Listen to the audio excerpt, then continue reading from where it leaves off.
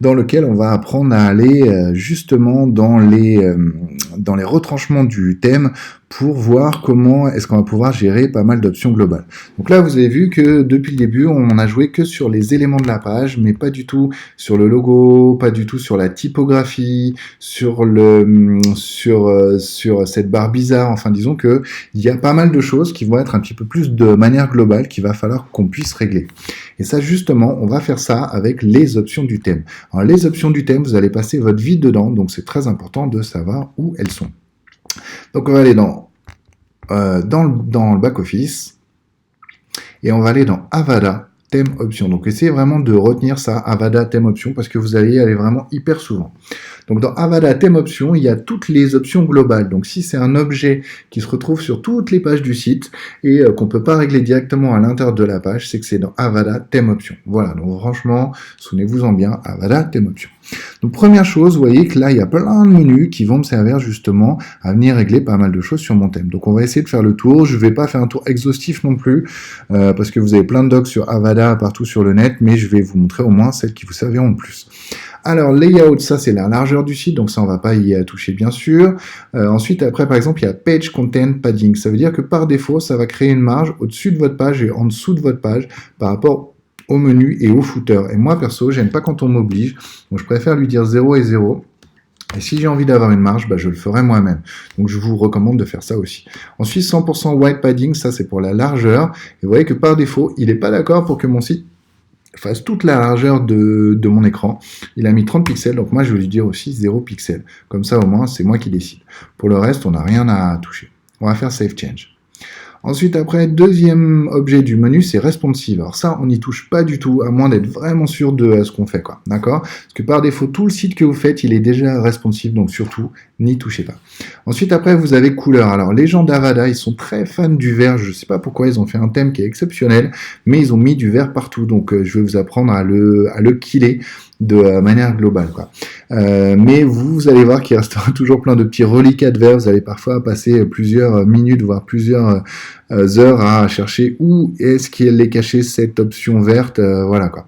Donc déjà de manière globale, je peux choisir une autre couleur. Donc puisqu'on est sur un site de hamburger, je vais prendre un truc un peu rouge avec peut-être un petit peu de noir dedans, que ce soit un petit peu sympa. Voilà, par exemple ça comme ça.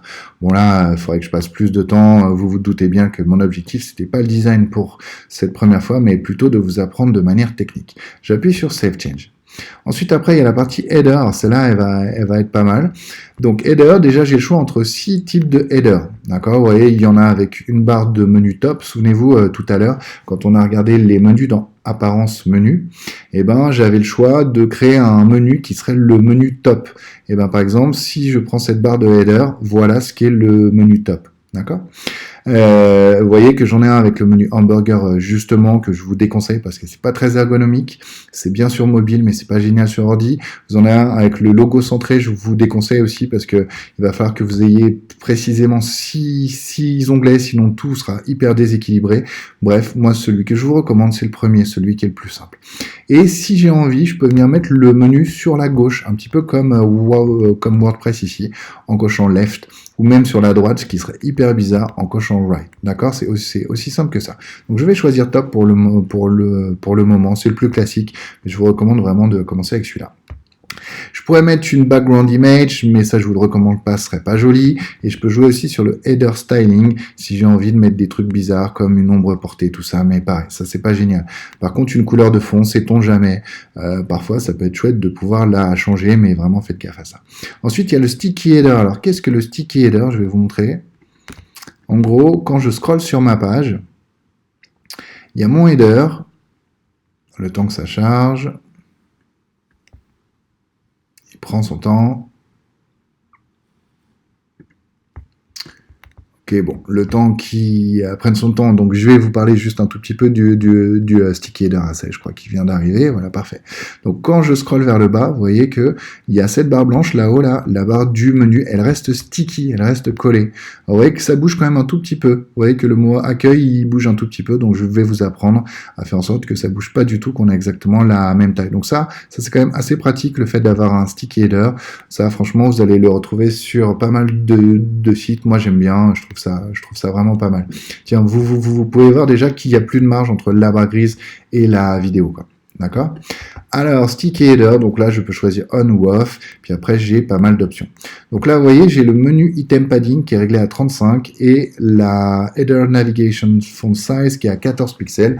Donc, on va pouvoir voir avec l'onglet menu qui est juste en dessous si on est tout pareil. Donc, le main menu item padding, il est à 45 de base et comme vous l'avez vu, dans le header sticky header, il est à 35. Donc, si je veux pas que ça bouge, il faut que je mette les deux à 45. Voilà, comme ça, ils sont tout pareils. Sur mon menu 45 et dans mon sticky 45. Deuxième chose, dans mon menu, tout à la fin, j'ai la taille de ma police. Là, je vois qu'elle est à 14. Et dans mon header sticky header, je vois qu'elle est également à 14. Donc, si j'appuie sur Save Change, ici, je réactualise cette page-là. Une fois que ce sera enregistré, eh ben, il n'y aura plus du tout de mouvement au niveau de mon sticky header. Ce sera tout pareil. Voilà, donc c'est ça que je recherche. Voilà, donc j'actualise la page. Et je vous montrerai ça dès que c'est actualisé. Ah voilà, ce coup-là, c'est allé assez vite, vous voyez. Maintenant, ça bouge plus du tout. Donc ça, c'est assez cool. Moi, personnellement, j'aime bien quand c'est comme ça. Alors, ensuite, je vais aller donc dans Menu. Et dans Menu, je vais pouvoir régler pas mal de choses aussi. Donc, le Main Menu Height, ça, c'est la hauteur de mon menu. Si j'ai envie de faire en sorte qu'il soit plus haut ou plus bas, voilà. Donc là, je peux choisir de le remonter ou de le redescendre. L'item padding, ça, c'est l'écart qu'il y a entre chaque élément de menu, donc ça peut être assez pratique. Comme je vous ai dit, hein, je vous montre pas tout, je vous montre que les choses qui sont vraiment utiles, quoi. Dans le menu, qu'est-ce qu'il peut y avoir d'autre? Le search icon, je vais le mettre sur off. Ça, c'est quoi? C'est la loupe qui est là. Et franchement, avoir un moteur de recherche sur un site de hamburger, c'est pas très utile. Voilà. Après, bien sûr, je peux jouer sur la couleur de mon menu. Vous voyez là, ils ont encore mis du vert. Donc là, il faudrait que j'aille récupérer la couleur bordeaux. Vous m'en voulez pas, je vais le faire à la main, mais vous vous doutez que sinon, je serais allé chercher la valeur que j'avais mis tout à l'heure pour la couleur. J'appuie sur Save Change. Ok, après disons que j'ai plein d'éléments de menu, par exemple pour le mobile, voilà, les autres on s'en sert quasiment jamais, donc ça sert à rien que je vous les explique. Et de toute façon, s'il y a des choses que vous cherchez, vous pourrez trouver ça très facilement dans la doc Avada. Alors après, il y a le logo qui peut être assez cool. Voilà, donc sur le logo, de base, vous voyez qu'il y a une marge au-dessus et une marge en dessous. Donc si vous avez un plus gros logo, que vous avez envie de prendre plus de place, il suffit de mettre 0px. 0px, comme ça va venir serrer un petit peu plus notre logo. Alors après ici, ça c'est le logo Avada, donc moi ce que je vous recommande, c'est de l'étudier. Donc vous faites clic droit, copier l'image, vous faites un nouveau document Photoshop en faisant commande N, et là, créer, et vous n'avez plus qu'à coller le logo Avada. Comme ça, si vous avez envie de remplacer ce logo par un autre, vous saurez quelle taille avait le logo d'Avada. Comme ça vous donne une indication sur quelle taille doit avoir votre logo à vous. En général, au niveau de la hauteur, je vous recommande de ne pas aller tellement plus loin que 100 ou 150. Et pareil pour la largeur, pas tellement plus que 100 ou 150, sinon votre logo il sera trop gros, il va prendre trop de place, quoi. Voilà. Ok, si vous avez envie de mettre un autre logo pour le sticky header, c'est même possible. Mettre encore un autre logo pour la version mobile, c'est possible aussi. Donc ça, c'est assez cool. Le favicon, c'est quoi? C'est le petit icône qui est là. Donc si vous avez envie de le remplacer, ça c'est ici. Ensuite, la page title bar, alors celle-là, ça me fait plaisir parce que je la trouve vraiment vilaine. C'est cette espèce de barre grise qui est mise par défaut sur toutes les pages. Donc là, je vais vous montrer comment est-ce qu'on l'enlève de manière définitive partout et tout le temps. Donc je suis dans page title bar et je lui dis hide. Voilà, fin de l'histoire, on n'en parle plus. J'appuie sur Save Change et quand je vais venir actualiser de ce côté-là, il n'y aura plus de barre grise. Et donc là, ça va ressembler beaucoup plus à ce que je voulais. Alors vous voyez que là, maintenant, sans marge, le logo Avada, il est très collé en haut. Alors c'est pas toujours génial, hein, mais ça marche comme ça. Donc là, je vais remettre une marge sur le logo, ce sera quand même plus chouette. Voilà, en haut et en bas. Et vous voyez que j'aurais pu le mettre aussi à droite et à gauche. Alors, la sliding bar, ça c'est un truc qui sert à rien, donc on laisse toujours en off. Je vais même pas perdre de temps à vous l'expliquer. Footer. Alors, footer, disons que par défaut, vous avez le footer de WordPress. Moi, je le trouve pas génial, je préfère le faire à la main. Donc, on va mettre off pour les widgets et on va mettre off pour la copyright bar. Je vous montrerai comment tout faire à la main. Sidebar, ça c'est quand on fait un blog avec des barres qui sont sur le côté. Franchement, c'est pas génial. Tout le truc par défaut de WordPress. Moi, je préfère tout mettre à la main. Background, ça serait pour les couleurs de fond, les images de fond. Je vous le recommande pas. C'est pas très joli. Donc, essayez plutôt de vraiment tout faire à la main. Typographie, ça va m'intéresser beaucoup plus. Comme vous l'avez vu sur cette page-là, j'ai la typographie de mon texte normal et j'ai la typographie de mes titres. Et là, souvenez-vous, tous ces titres, c'est du H1, d'accord? Donc ça, c'est le titre principal pour Google, H1, c'est le titre principal. Et j'aurais pu choisir dans les options de mes titres, H1, H2, H3, H4, H5, H6. Si vous vous souvenez plus trop de ça, retournez dans une vidéo précédente quand je parle de l'élément titre. Alors, donc, je peux choisir, donc, body typographie, ça va correspondre au texte normal, d'accord? Donc, à chaque fois que je vais venir changer de manière globale la typographie ici, et bien, sur tous les éléments texte de mon site, ça va changer tout d'un coup. Ça, c'est très pratique, comme ça, si vous avez 500 pages et que vous avez envie de changer toute la police d'un coup, et ben, tout va changer d'un seul coup. Donc ça, c'est très facile à faire. Donc, au lieu de PT100, je vais choisir Open100. Vous voyez qu'il y en a énormément. Ça, vous avez beaucoup de chance de commencer avec autant de polices. Open100. Pour info, c'est les polices de Google Web Font. Voilà, donc si vous avez envie de voir à quoi est-ce qu'elle ressemble, bah allez sur Google Web Font et regardez. Je vais la mettre en 16 pixels. Voilà, donc Open100, ça c'est très très bien. Je trouve que cette typo, elle est très jolie et vous risquez pas de faire une faute de goût. Je vais la mettre en noir. Voilà, ce sera parfait. Ensuite, après, il y a Header typographie et là, on va retrouver nos fameux H1, H2, H3, etc. Donc là, souvenez-vous que tous mes titres, ils avaient l'attribut H1, ce qui fait que quand je vais changer ça ici, donc je vais remettre Open100, tiens, je vais mettre en condensé pour que ce soit un petit peu plus sympa, voilà. Et là, disons que je peux venir régler pas mal de choses. Par exemple, je peux mettre en bold, je peux choisir la hauteur entre chaque ligne, je peux choisir s'il y a de l'écart entre chaque lettre. Tiens, je peux vous montrer ce que ça donne. Ça peut être assez sympa. Alors, ça doit être PX, voilà, très bien. Donc là, si j'appuie sur Save Change, vous allez voir que tout votre titre, il va changer. Ok, le temps que ça s'actualise, voilà. Donc là, on a quelque chose de beaucoup plus sympa graphiquement, ici aussi, et là, voilà, au niveau du texte. Donc vous êtes complètement libre, mais il faut juste bien avoir en tête que le texte, on change de manière globale une fois, et c'est pas à chaque élément texte. Vraiment, c'est dans Avada, thème option typographie, que vous allez pouvoir changer ça. Et vous pouvez choisir H1, H2, H3, H4, H5, H6, donc franchement, vous avez vraiment de quoi faire, quoi. Ensuite, après Custom Font, ce serait pour ajouter une police à la main. Ça, je vous recommande pas trop de faire ça. Vous avez déjà suffisamment avec Google Web Font, donc n'allez pas vous embrouiller avec ce genre de choses. Ensuite, après, vous avez blog. Franchement, blog, c'est pas génial, tous les blogs de WordPress, donc je vous le déconseille. Il vaut mieux tout faire à la main. Portfolio, c'est pareil. Ça, c'est des trucs par défaut qui sont censés être automatiques, mais franchement, ça sert à rien. Social media, pareil. Ça vous fait plein de petits icônes minuscules que personne ne cliquera jamais dessus. Donc, si vous avez envie d'inciter les gens à cliquer sur vos réseaux sociaux, il vaut mieux le dire, faire un vrai call to action sympa, dire pourquoi est-ce que les gens iraient sur vos réseaux sociaux, parce qu'ils vont peut-être gagner des choses, enfin voilà, faire un truc bien plus adapté, quoi. Slideshow, pareil, ça sert à rien. Elastic Slider, ça sert à rien. Lightbox, ça peut être assez cool. Par exemple, si je veux cliquer sur cette image et qu'elle vienne s'ouvrir en plein écran, ça, ce serait avec Lightbox que je viendrai régler tout ça. Ensuite, on a Contact Form. Celui-là, il nous sert à rien parce que nous, on a installé Contact Form 7 en tout début de ce e-learning. On y reviendra un petit peu plus tard. Google Maps, ça marchait très bien avant, ça marche plus du tout. Donc, malheureusement, il faut trouver une alternative à Google Maps. Search Page, ça, c'était si on avait gardé le moteur de recherche sur notre menu, on aurait pu régler ça là, mais nous, on l'a supprimé. Privacy, ça c'est vraiment pour des sites assez particuliers. Extra, là vous avez plein de choses qui sont rangées nulle part ailleurs. Franchement, c'est pas génial. Par exemple, la seule chose qui peut vraiment être utile, c'est dans Featured Image Rollover, parce qu'il y a encore du vert. Donc voilà, disons que comme je vous ai dit, les mecs d'Avada, ils ont planqué du vert un peu partout. Mais franchement, on n'y va jamais. Ensuite, après, il y a Advanced. Ça peut être assez cool. Par exemple, vous avez le tracking code de Google Analytics qu'il faut venir coller là. Et pour ceux qui sont un petit peu plus développeurs, vous pouvez mettre du code dans le head et du code dans le body.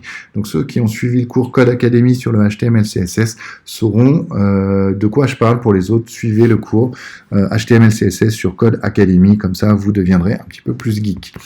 Theme feature, pareil, ça c'est des choses vraiment assez particulières. Parfois ça peut valoir le coup quand vous trouvez vraiment pas ce que vous cherchez d'aller faire un tout petit tour là-dedans, mais c'est tellement spécifique qu'il y a peu de chance, quoi. Ensuite, Custom CSS, ça peut être plus cool pour ceux qui sont un peu plus forts. Disons que c'est du code CSS que je peux venir appeler dans chacun de mes blocs. Par exemple, je sais pas, moi sur ce bloc-là, j'ai envie de l'enrichir avec un petit peu de CSS. Et ben c'est assez facile. Donc là, je m'adresse à ceux qui maîtrisent plus le HTML et le CSS. Donc je vais sur ce bloc-là. Et là, j'ai soit une classe CSS, soit un ID CSS, et j'ai juste à le rentrer là-dedans, à décrire le CSS ici, et quand je ferai un appel CSS là, bah, ça viendra le chercher, d'accord? Et donc tout ça, c'est dans Custom CSS. Pour finir, il y a Fusion Builder Elements. Alors ça, c'est assez cool. Donc les Fusion Builder Elements, c'est quoi? Bah, c'est tous les petits éléments ici là, ils sont tous là, et il y a quelques options encore que vous n'avez pas à l'intérieur. Alors je comprends pas pourquoi est-ce qu'ils les ont mis là, mais c'est comme ça. Alerte, animation, blog, bouton. Par exemple, si je veux que tous mes boutons par défaut, ils soient pas verts, parce que le vert c'est pas terrible, mais plutôt qu'ils aient la couleur que j'ai choisie ici, et ben je peux venir faire copier, enfin je peux venir coller la bonne couleur sur les 4 options. Voilà, je vais la mettre partout, je vais la mettre là aussi.